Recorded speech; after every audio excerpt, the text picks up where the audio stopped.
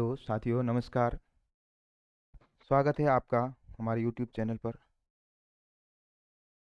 आज हम भारतीय इतिहास का दूसरा टॉपिक जो हमारा है, भारत का नामकरण, यानी भारत का नाम कैसे पड़ा है, और एक ही क्लास में टॉपिक पूर्ण करवा देंगे।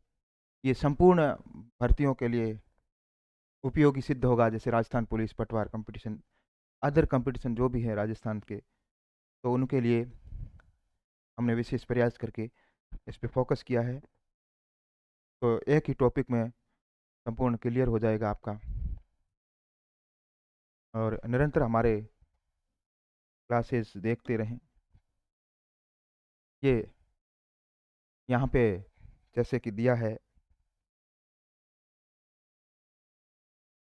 उत्तर हिमालय से लेकर उत्तर में हिमालय से लेकर दक्षिण में समुद्र तक फैला यह उपमहाद्वीपीय भारतवर्ष के नाम से ज्ञात है, जिसे महाकाव्य तथा पुराणों में भारतवर्ष अर्थात भरतों का देश, यहाँ भा नहीं आना था, भरतों का देश है, महाकाव्य पुराणों में भरतों का देश कहा गया, तथा यहाँ के निवासियों को भारती अर्थात भारत में रहने के कारण यह भारती और भरत की संतान कहा गया।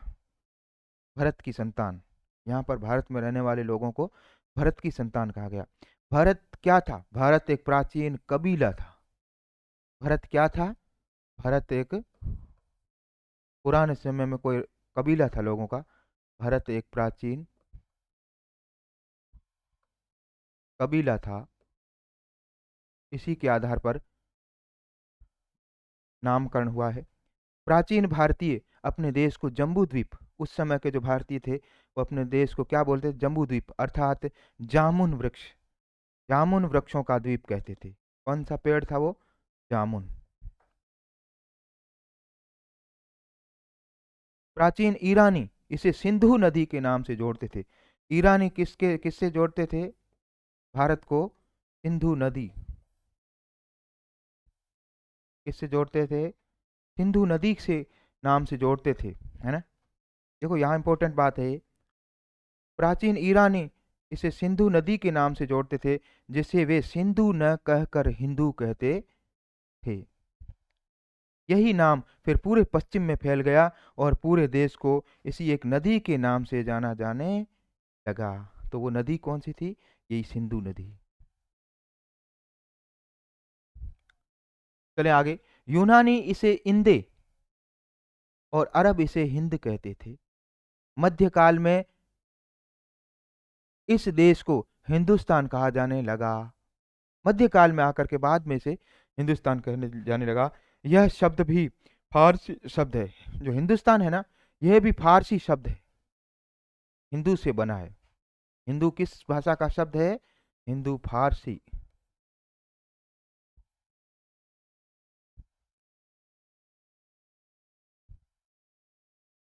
यह शब्द फारसी शब्द हिंदू से बना है ना। हिंदू शब्द फारसी भाषा से बना है।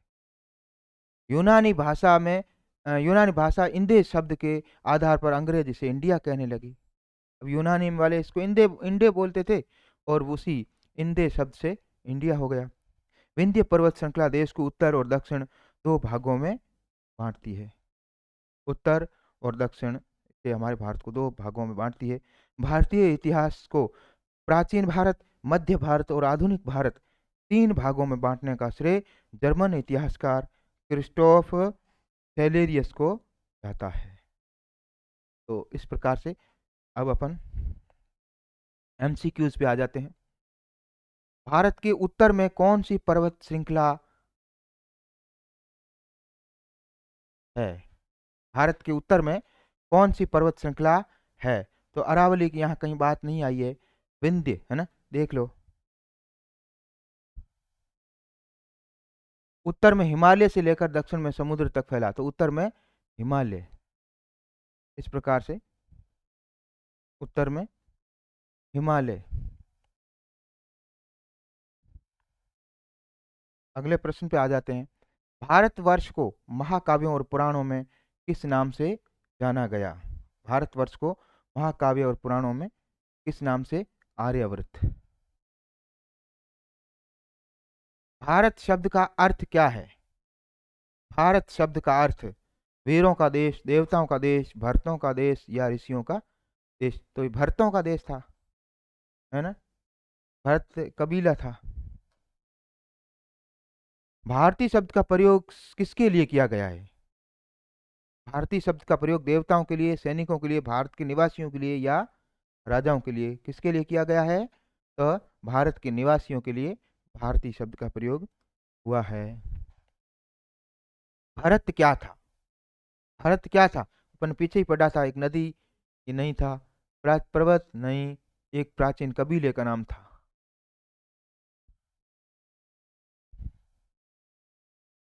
अब है प्राचीन भारतीय अपने देश को किस नाम से जानते थे? प्राचीन भारतीय अपने देश को किस नाम से जानते थे? आर्यावर्त, या जम्बू द्वीप, या हिंदुस्तान, या इंडिया? प्राचीन भारतीय, ये जम्बू द्वीप है ना। प्राचीन भारतीय अपने किससे मानते थे, देख लेते हैं।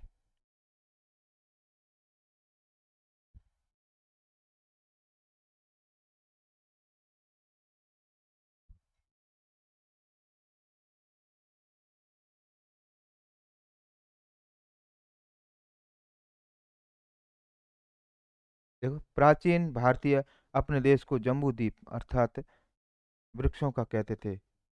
तो ये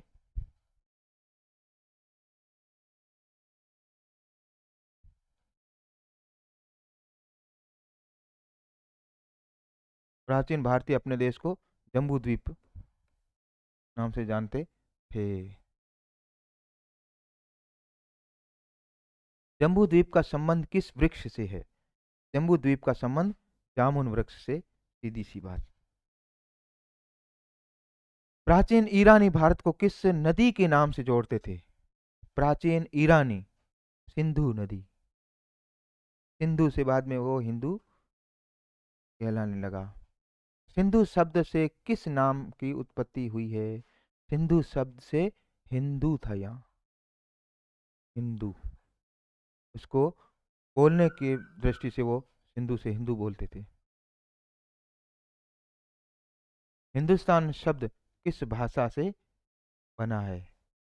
हिंदुस्तान शब्द, हिंदुस्तान शब्द फारसी भाषा से, अपन पीछे ही पढ़ के आए हैं।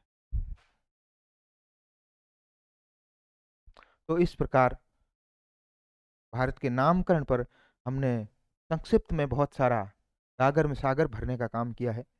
आप निरंतर हमारे क्लासेस पे जुड़े रहें, और जो इतिहास से संबंधित जो भी टॉपिक्स होंगे उन पर हम क्लासेस ले रहे हैं। निरंतर हमारा प्रयास रहेगा बेहतर देने का। जुड़े रहें हमारे यूट्यूब चैनल के साथ। मिलेंगे अगले टॉपिक के साथ। तब तक जय हिंद, थैंक यू।